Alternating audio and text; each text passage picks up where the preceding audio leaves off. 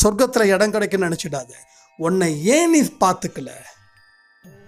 மற்றவங்க சொல் பேச்சை ஏன் நீ கேட்கல? உன் பொண்டாட்டி எவ்வளோ சொல்லியிருப்பாங்க, உன்னோட குழந்தைங்க எவ்வளோ சொல்லியிருப்பாங்க, உன் நண்பர்கள் எவ்வளோ சொல்லியிருப்பாங்க, உன் உறவுகள் எவ்வளோ சொல்லியிருப்பாங்க. ஏன் எதையும் காதில் வாங்கலை?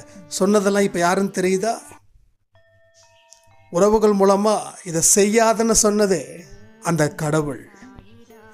மனைவி மூலமாக இதை செய்யாதன்னு சொன்னது அந்த கடவுள். உன்னோட குழந்தைகள் மூலமாக இதை செய்யாதன்னு சொன்னது கடவுள். கடவுள் கோயிலில் தான் இருக்கான்னு யார் சொன்னா? நம்ம வாழக்கூடிய மனிதர்களில் அத்தனை பேரும் கடவுளுடைய ஒரு அமைப்பு தானே. ஜீவாத்மா பரமாத்மா பகவத்கீதையில் ரொம்ப அழகாக சொல்லியிருப்பாங்க. ஒவ்வொரு